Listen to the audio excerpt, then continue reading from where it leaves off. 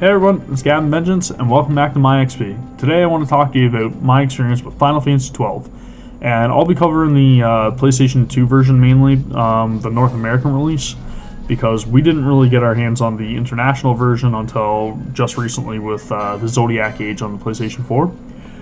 But the footage that you'll probably be seeing will be from the Zodiac Age edition, just because it's a lot easier for me to capture that, where I don't have a capture card just yet for PlayStation 2. But I remember when I first got Final Fantasy XII, it was when I just met my fiance, and I invited her over. She was in the game, so that's something that we very first got to experience together. Final Fantasy XII for me, I remember as soon as I opened it up, I was like, whoa, this has much more of a cinematic feel to it than prior Final Fantasies. And you kind of see like just how much budget they put into like the storytelling. It was an amazing story, and I know a lot of people draw comparisons between Final Fantasy XII and Star Wars, and I can see that as well. But Final Fantasy XII to me is set in one of my favorite universes in Final Fantasy history, which is the Ivalice story or world, whatever you want to call it. But yeah, it was one of the projects done by the Ivalice Alliance, and I absolutely love that because of its association with things like Final Fantasy Tactics, which initially introduced me to the world of Ivalice, and I absolutely loved it. So we ended up just booting up the game, trying it out for the first time, not really knowing who Rex was, or, you know, because you really don't know everything, obviously, as soon as you start up the game, but yeah, just seeing everything that was going on with Rex, and like there's a much more serious tone to it than, you know, a lot of other Final Fantasy games. So the two of us, I remember we used to just like sit on my parents' floor in their living room and just, you know, play the PlayStation 2 on this like CRT TV that we had hooked up, and it didn't really look like the best quality or anything either, I guess. We didn't have a high definition TV or anything at that point, so it was definitely like, you know, a throwback to like how primitive things used to be, and not as like high tech. But yeah, I remember like playing Final Fantasy XI and trying out the battle system and everything, and just being like, wow, this is really similar to Final Fantasy XI, which Ashley hasn't played at that point in time, mind you, because we only ended up like playing Final Fantasy XI together after the fact. But yeah, it was just one of those games that it was the very first game that we had played together, and it's something that we always like remember, or we talk about whenever Final Fantasy XII is brought up in the conversation at all. And I remember, like, you know, she used to tell me about like how she had this love for like games like Dark Cloud 2 and everything, which I didn't play at that point in time, but I absolutely loved Dark Cloud 1, so I knew that we had a connection right at that point. It's just like, she's a gamer, I'm a gamer, she loves RPGs, I love RPGs, awesome. So yeah, we ended up like playing Final Fantasy XII together. I remember spending a lot of hours just doing so much of the side content with like all the hunts and like maxing out license board and trying to get all of like the rare equipment, which was incredibly hard to do at the time because there wasn't a whole lot of like guides or anything readily available to let you know that, hey, you aren't supposed to open up like the specific chest, because if you open up these chests, then it completely like takes away your chance of obtaining one of the most powerful weapons in the game. So, you know, you see a chest, you just open it up or whatever, and then you're like, okay, well, yeah, nothing's gonna happen. Lo and behold, there's like one chest I remember specifically the very first of the game outside of like old Dallin's house. Like if you open that one, you're like, whoops. But yeah, that was only in the North American release. It wasn't actually in the international, from what I recall, just reading online somewheres. Apparently they addressed that with the Zodiac spear and all the issues with like obtaining that in the North American release. But that's the game, like I said, that I ended up like growing up with, was the North American release. I didn't get a chance to experience the job systems or anything like that with Final Fantasy XII when I initially played it, which is kind of unfortunate because I really do like that change. It makes it a lot more strategic, I guess, in a sense, where you kind of have to make sure that you have certain characters have like certain roles, because it's good for mixing and matching as well, but at the same time, like, it's really, really fun to actually have, like, for me at least, to have the Holy Trinity in the game rather than, hey, this character can use everything.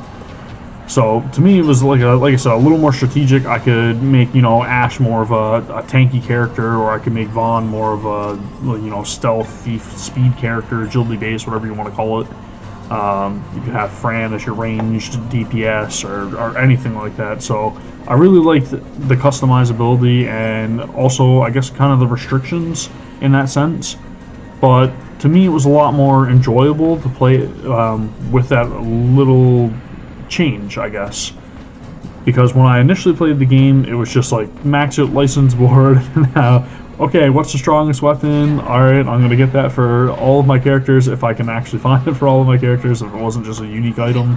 But yeah, I remember having a lot of fun just like grinding out that and trying to find out where all the hunts and everything were as well, because I wasn't using any guides or anything at that time, so it was just kind of like read the text in the game and then try to figure out like where it's going to spawn, what kind of conditions you have to do to spawn that hunt, and it was really fun. And that was something that held me over for months on end, just trying to figure out where every hunt is and try to get like all the best gear, which, you know, a lot of the good gear is actually dropped from the hunts as well. So it was nice to do that.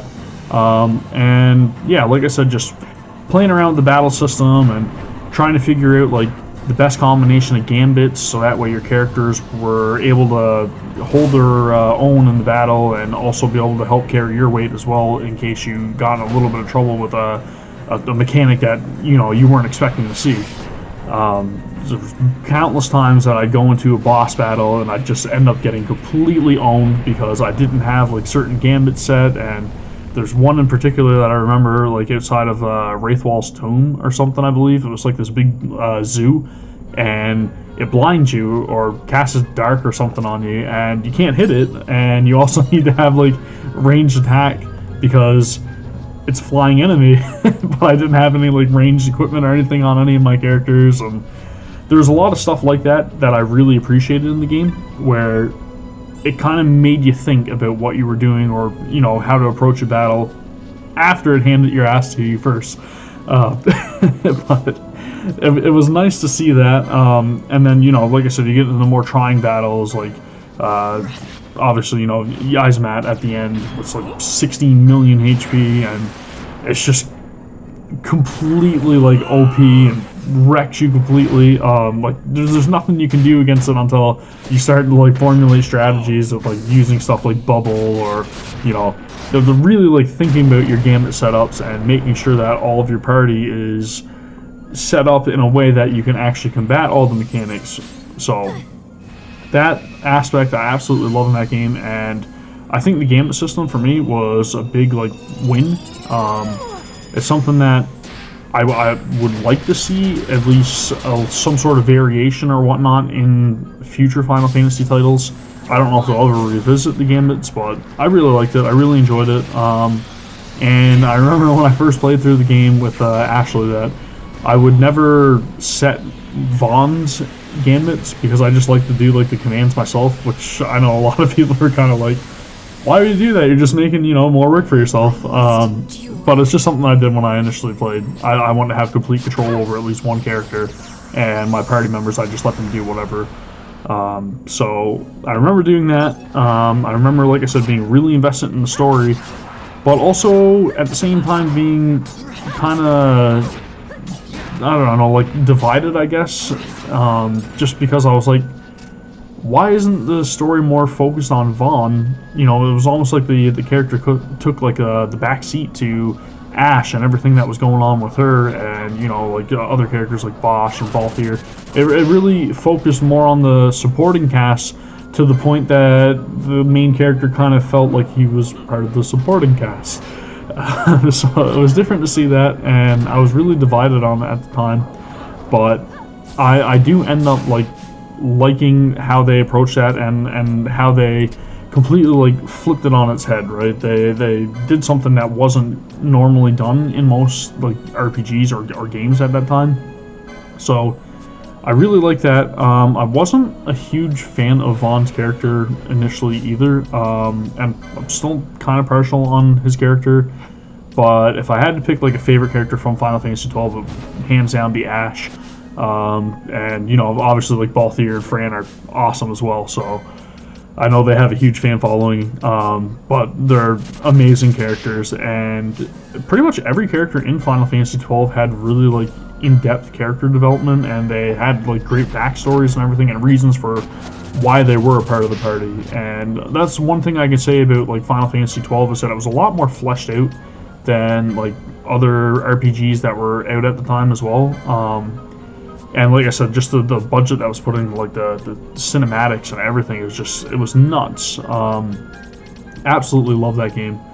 So I ended up getting Final Fantasy XII: The Zodiac Age after it released on PlayStation 4, and I started playing with that version of the game. And after I was playing with that, I absolutely love how they did the HD like upscaling, and they really like brought about the game in a way that it can be enjoyed by anybody and not be so jarring, like looking at a little bit of the pixelated edges and everything around the characters. But I do remember as well that like initially when I seen the game for PlayStation 2, just being completely in awe at how good they made the graphics look for PlayStation 2. It was something that honestly it could have been on a PlayStation 3, and it still would have been among like some of the good graphical titles for RPGs on that console as well. So it was really impressive to see that on a PlayStation 2. And it was just like, yeah, it was an awesome game, an awesome experience, something I spent countless hours playing.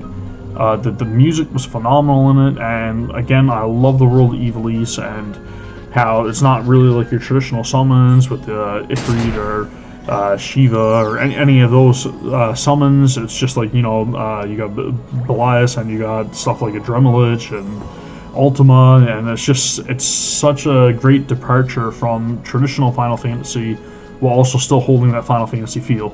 And Final Fantasy XII for me will remain among one of my favorite Final Fantasy games in the franchise for all time, because it's a fantastic game. And if you haven't played it, it is available, like I said, on PlayStation 4. I know of at least the Zodiac Age. Definitely go and check it out. I think they just recently ported it to the Switch, but don't quote me on that, I could be wrong. Yeah, check it out. You will enjoy the game, I promise. Battle system might be a little bit jarring for some people, but it doesn't take long to get used to. Stick it out, you'll love the game. I'm sure you will. If you guys played Final Fantasy XII already, let me know about your experiences with it in the comments below. And if you guys really like my content, be sure to give it a like, please subscribe, and I'll see you guys next time for Final Fantasy XIII. Take care.